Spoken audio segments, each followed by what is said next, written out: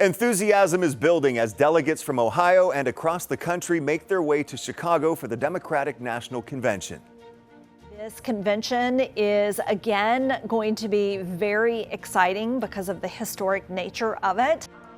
Ahead on Face the State, I sit down one-on-one with Ohio's House Minority Leader. She's one of more than 140 Ohio delegates heading to the Windy City to rally behind the party's new presidential ticket. Also, momentum is growing to eliminate taxes on tips. Ahead, the new effort now underway in Ohio as both presidential candidates now make it a campaign promise too. Plus, the amount is too small and it's going the wrong direction. State leaders responding after a settlement is reached in the largest bribery scandal in Ohio history. Later, we're breaking down what's inside the multi-million-dollar agreement between FirstEnergy and the state.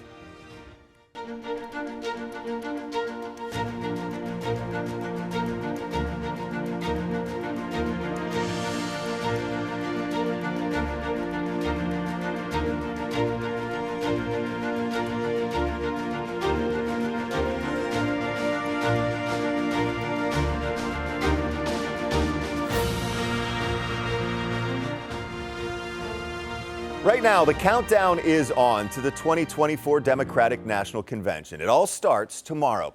Vice President Kamala Harris and her running mate, Minnesota Governor Tim Walz, will look to continue their momentum just 1 month after President Joe Biden's historic decision to drop out of the race. Instead, he will be at the DNC, not as a candidate, but to address the convention on opening night. Thank you for joining us for Face the State. I'm Doug Petcash. Democratic delegates already officially voted to make Harris the party's presidential nominee in a virtual roll call vote early this month. That includes all of Ohio's 144 delegates. Now they are getting ready to take part in the 4 days of the convention in Chicago. I recently sat down with one of the delegates, Ohio House Minority Leader Allison Russo, to talk about the expectations and excitement heading into the DNC.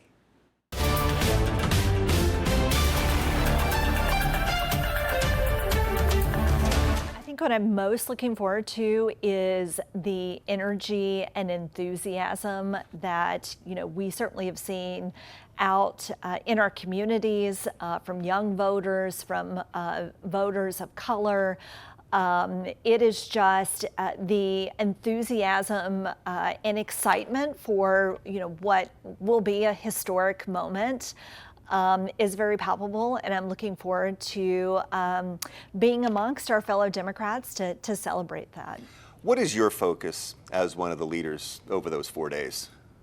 Yeah, so my focus as a delegate, certainly there is the business of the party.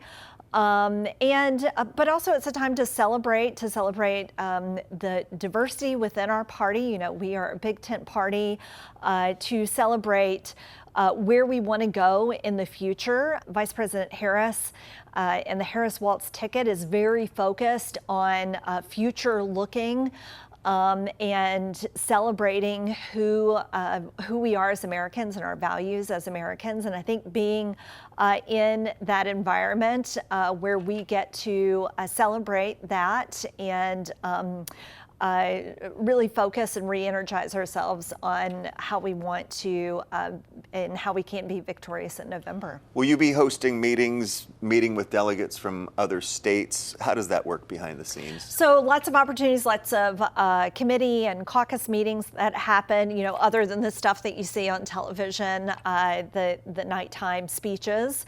And yeah, certainly I have a few of those that I'll be participating in throughout the week. Lots of opportunities to not only spend time with other delegates from Ohio, but delegates from all across the country.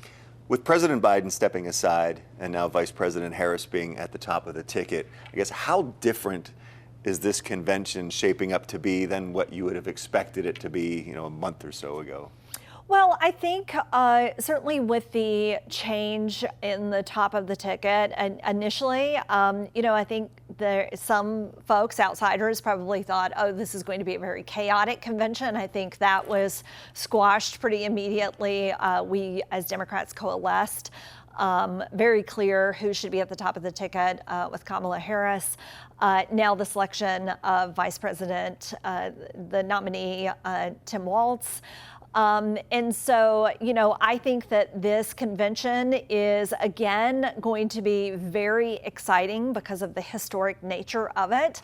But also, I think, looking forward to the things that the Harris-Walz ticket represent, and that is leaning into those values that I think we all hold very dear: freedom, opportunity, the dignity of work. Again, looking towards the future and very hopeful.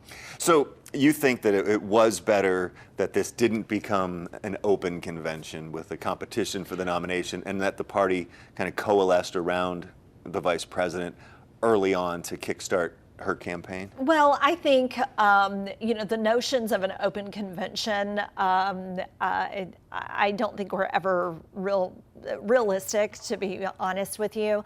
I think that President Biden very wisely, through his immediate support behind Vice President Harris, and that allowed many of us, I think she was the obvious choice, but to coalesce very quickly and frankly without hesitation. And I think it became obvious within a matter of a couple of days that that our nominee was going to be very clear, and there was not going to be a lot of controversy. That being said, how do you feel about the momentum of the ticket now that Walz has been selected before the convention heading into this Monday? I think that it's tremendous momentum. I think momentum is definitely on our side as Democrats. We've seen that in some of the polling data that has recently come out, especially in some of the key swing states.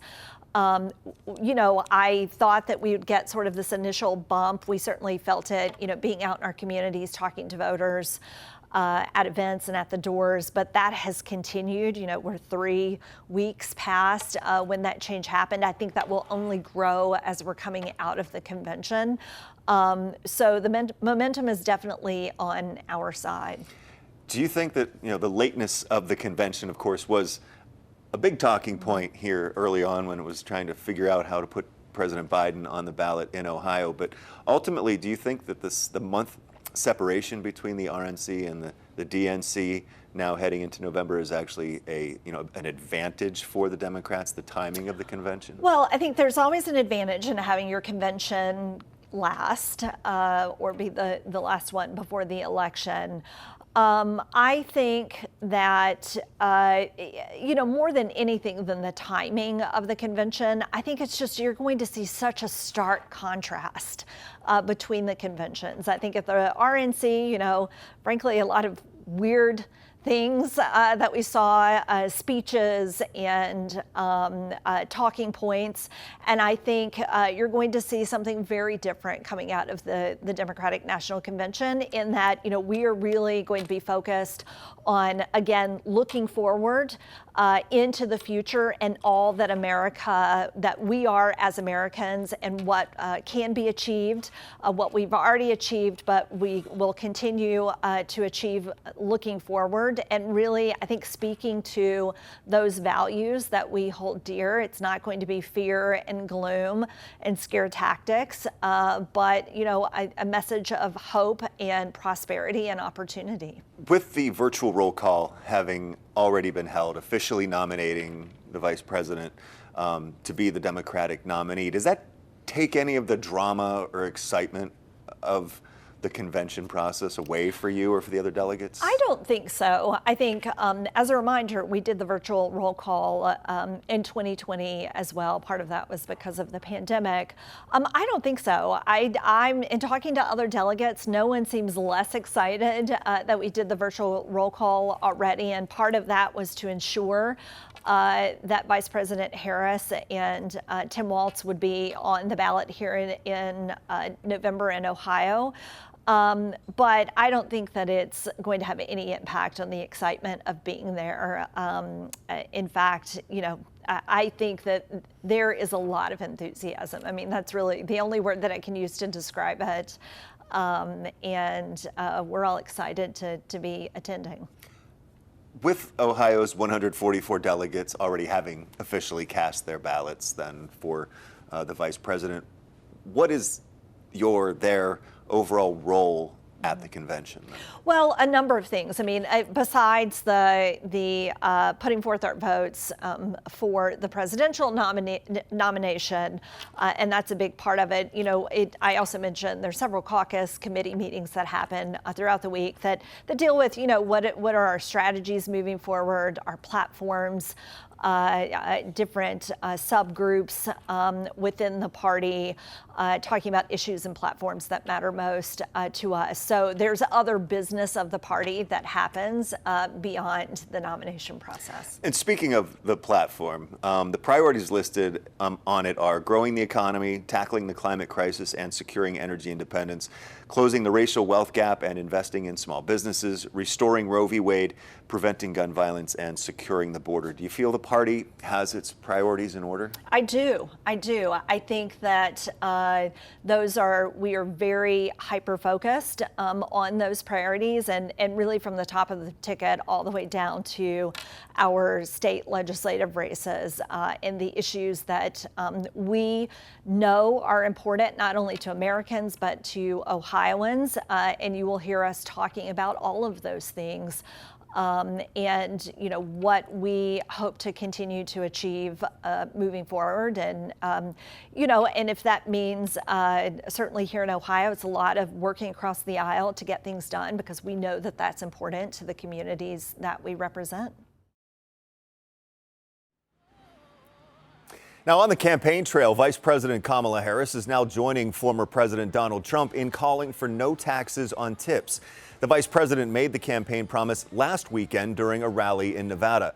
Trump first made the promise in June. This comes as one Republican lawmaker in Ohio is now looking to do the same for the Buckeye State. State Representative Jay Edwards introduced House Bill 643 a few weeks ago after Trump's announcement. The placeholder bill is just one sentence long, saying the General Assembly declares its intent to exempt tips and gratuities from income tax. The goal is to expand the bill's language and the details when it gets into committee. Edwards says the measure will help tipped workers get by. When you're dealing with service workers in this state, people that are waiting on you at a restaurant, a lot of times those younger men and women or older men and women are working 2 or 3 jobs. They're trying to make ends meet. They're trying to pay their rent. Edwards says right now he doesn't know how much the measure would cost the state in lost income tax revenue if it gets approved, but he does expect that amount to be relatively small. He says the Legislative Service Commission is working to figure that figure out. Another major development in what's been called Ohio's biggest scandal. FirstEnergy agreed to pay the state millions of dollars to avoid prosecution in the bribery scheme. Ahead on Face the State, one lawmaker says he's not happy about the amount. And later, good times for Goodwill Columbus, the opening of a new all-inclusive location and a major anniversary milestone. I'll talk with the CEO about the nonprofit's growth.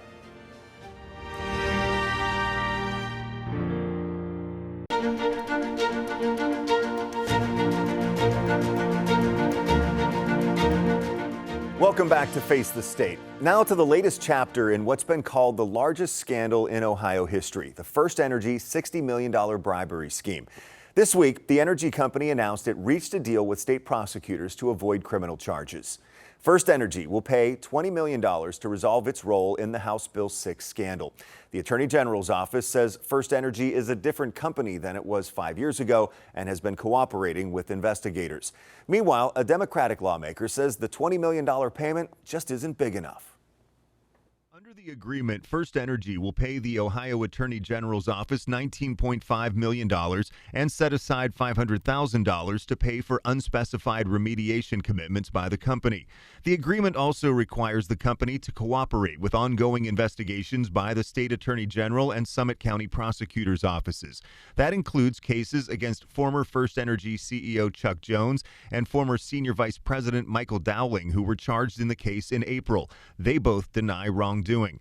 Attorney General's office spokesperson Steve Irwin said in a statement, the corporation has undertaken and continues to undergo reforms to strengthen its internal ethics programs, to increase transparency and promote reporting of questionable conduct by its employees and leadership. Democratic State Representative Sean Brennan says he's pleased the deal will allow the investigations to move forward and that FirstEnergy has to cooperate. I understand, just like everybody does, that if you don't punish bad behavior, it'll continue to fester. And we've just got to send a message to to these corporations that corruption has no place in Ohio. According to the agreement document, the $19.5 million being paid to the Ohio Attorney General's office will go to a non-energy charitable organization to be determined by the AG's office and to reimburse costs of the investigation. Democratic State Senator Kent Smith calls the sum paltry. $20 million is 2% of their profit, and for 1 year, and it's going to a charity of the AG's office's choosing. This is, again, the amount is too small and it's going the wrong direction. Senator Smith told me he plans to send a letter to the Attorney General's office pushing them to renegotiate the $20 million payment to a much higher amount. I also reached out to Republican leadership about the agreement. They had no comment.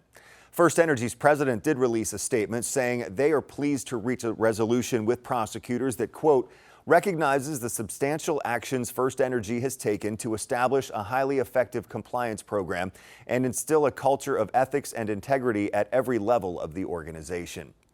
While Jones and Dowling have both denied any wrongdoing, former House Speaker Larry Householder is serving 20 years in federal prison for his role. Plus, lobbyist Matt Borges, a former chair of the Ohio Republican Party, is serving 5 years. Sam Randazzo was the former Public Utilities chairman. He pleaded not guilty to both federal and state charges before dying by suicide in April. If you're struggling with thoughts of suicide, you can call 988. Help is available for free 24 hours a day, 7 days a week. Still ahead on Face the State, its history goes back to 1939. Goodwill Columbus is celebrating its past while building for the future. Next, it's been a productive 12 months for the nonprofit.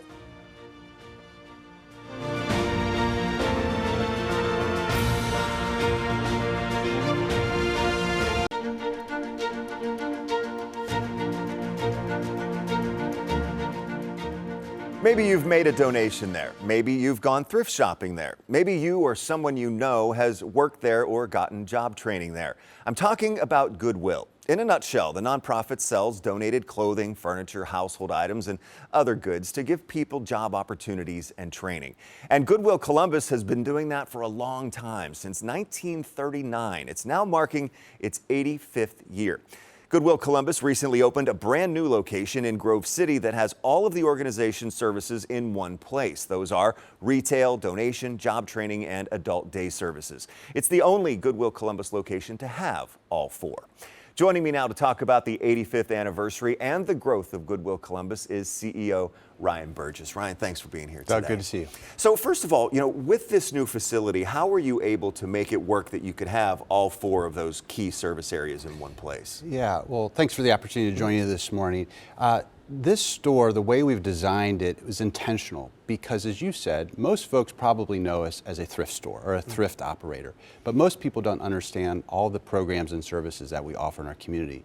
So by designing this store with four of our functions that we offer, it allows people to see all that we can offer to their community. So in this store in Grove City, right on Stringtown Road, we have a store, we have a donation center in the back, but right next to it, we have a job training center and adult day services hub. So now when our shoppers or donors come in, they can actually see the people who benefit from their patronage in our stores. What kind of job training is being offered there? Yeah, so at all of our job training centers, we have 4 job training centers around the county. They have access to career coaches. Individuals have access to career coaches who can help them better understand a pathway that might be successful for them. So first of all of our services are free. The access to the career coaches are free. But then specifically, we have 3 career pathways: IT, healthcare, and what we call infrastructure pathways. So we offer basic digital skills training, IT certification programs.